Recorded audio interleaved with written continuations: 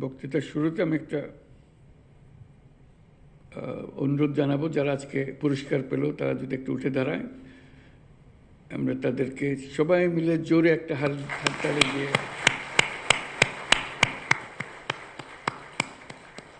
আমাদের সবার পক্ষ থেকে অভিনন্দন এই রাষ্ট্রীয় পুরস্কার পাওয়ার জন্য। দেশের সকল মানুষের পক্ষ থেকে আমরা অভিনন্দন জানালাম। ধন্যবাদ।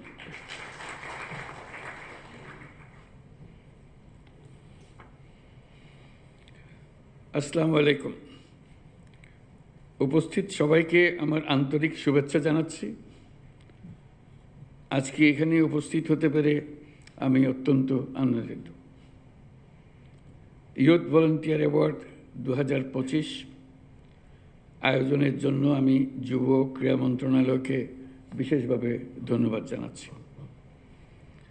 একই সাথে আজ যারা পুরস্কার পেয়েছ তাদের আমার প্রাণঢালা অভিনন্দন। আজ আমরা তারুণ্যের শক্তিকে উদযাপন করছি। এটি আমাদের জাতির চালিকা শক্তি। আমি দৃঢ়ভাবে বিশ্বাস করি, যখন একটি দেশের যুব সমাজ সক্রিয় থাকে, উদ্যমী এবং উদ্ভাবনী শক্তিতে বলীয়ান হয়, তখন কোনো প্রতিবন্ধকতাই তাদের অগ্রযাত্রাকে থামিয়ে রাখতে পারে না। আমাদের তরুণদের উদ্ভাবনী শক্তি আজ কেবল শিক্ষাক্ষেত্রেই সীমাবদ্ধ নেই।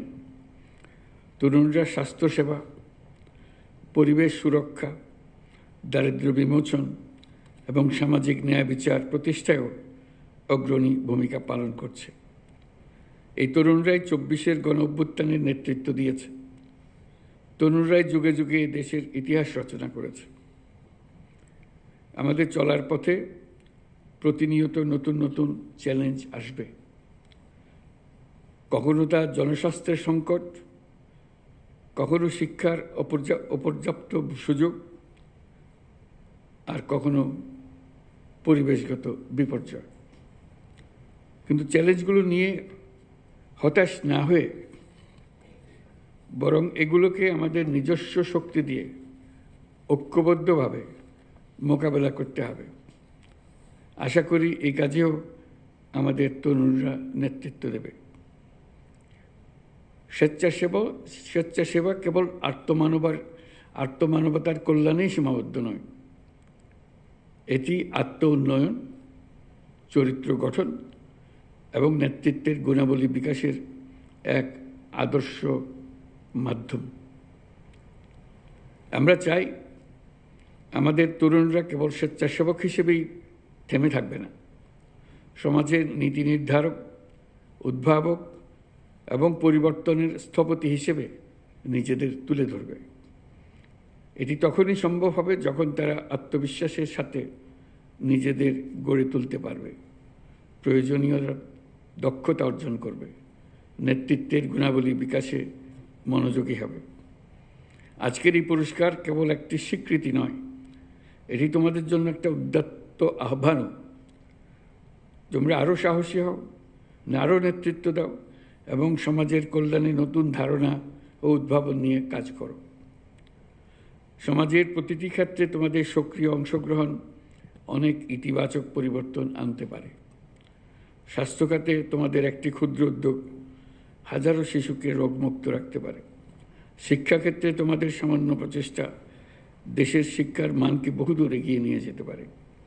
পরিবেশ রক্ষায় তোমাদের সম্মিলিত প্রয়াস আমাদের ভবিষ্যৎ প্রজন্মের জন্য একটি নিরাপদ ও সবুজ পৃথিবী নিশ্চিত করতে পারে। মনে রাখবে, তোমাদের প্রতিটি ছোট ছোট প্রচেষ্টাই দেশের জন্য মস্ত বড় অর্জনের পথ তৈরি করবে। আমি জানি স্বেচ্ছাসেবা বা যে কোনো মহৎ উদ্যোগের পথ মসৃণ নয়। সময়, অর্থ এবং মানসিক চাপে বহুবিধ চ্যালেঞ্জ সৃষ্টি করে। এর মধ্যে দিয়েই আমাদের ধৈর্য, সহনশীলতা ও নেতৃত্বের মতো মহৎ গুণাবলী অর্জন করে নিতে হবে। আমি যুব সমাজের প্রত্যেক সদস্যকে আহ্বান জানাই, তোমাদের মেধা, শক্তি ও সৃজনশীলতা দিয়ে সমাজের এবং দেশের উন্নয়নে ভূমিকা রাখো। তোমাদের সাফল্য কেবল ব্যক্তিগত অর্জনে সীমাবদ্ধ না রেখে অন্যদের জন্য অনুকরণীয় দৃষ্টান্ত করো। আমি বিশ্বাস করি তরুণরা সক্রিয় থাকলে দেশের কোনো সমস্যায় আর অমীমাংসিত থাকতে পারে না। আমরা তোমাদের নতুন নীতি, যুগান্তকারী ধারণা এবং সামাজিক পরিবর্তনের অগ্রদূত হিসেবে দেখতে চাই। তোমাদের সম্মিলিত প্রয়াসেই বাংলাদেশ একটি উন্নত, মানবিক এবং উদ্ভাবনী রাষ্ট্র হিসেবে বিশ্বে মাথা উঁচু করে দাঁড়াতে পারবে। তোমাদেরকে আবারও অভিনন্দন জানাচ্ছি আমার পক্ষ থেকে এবং রাষ্ট্রের পক্ষ থেকে, দেশের সকলের পক্ষ থেকে। মহান আল্লাহ আমাদের সহায় হন। আল্লাহ হাফিজ।